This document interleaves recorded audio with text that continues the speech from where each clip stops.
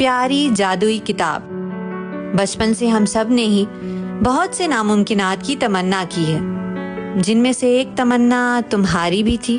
کاش کہ تم ہماری ملکیت ہوتی تو تم پر جو بھی قلم بند کرتے وہ سچ ہو جاتا۔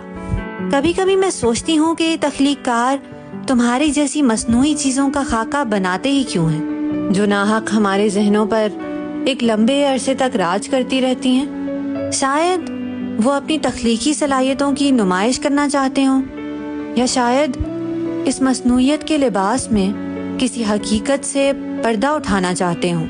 وہ جادوئی کتاب جس کے وجود کی ہم بچپن سے تمنا کرتے آ رہے ہیں، شاید وہ ہمیشہ سے ہی ہمارے درمیان موجود تھی، شاید کسی اور شکل میں، ایک مختلف تعارف کے ساتھ۔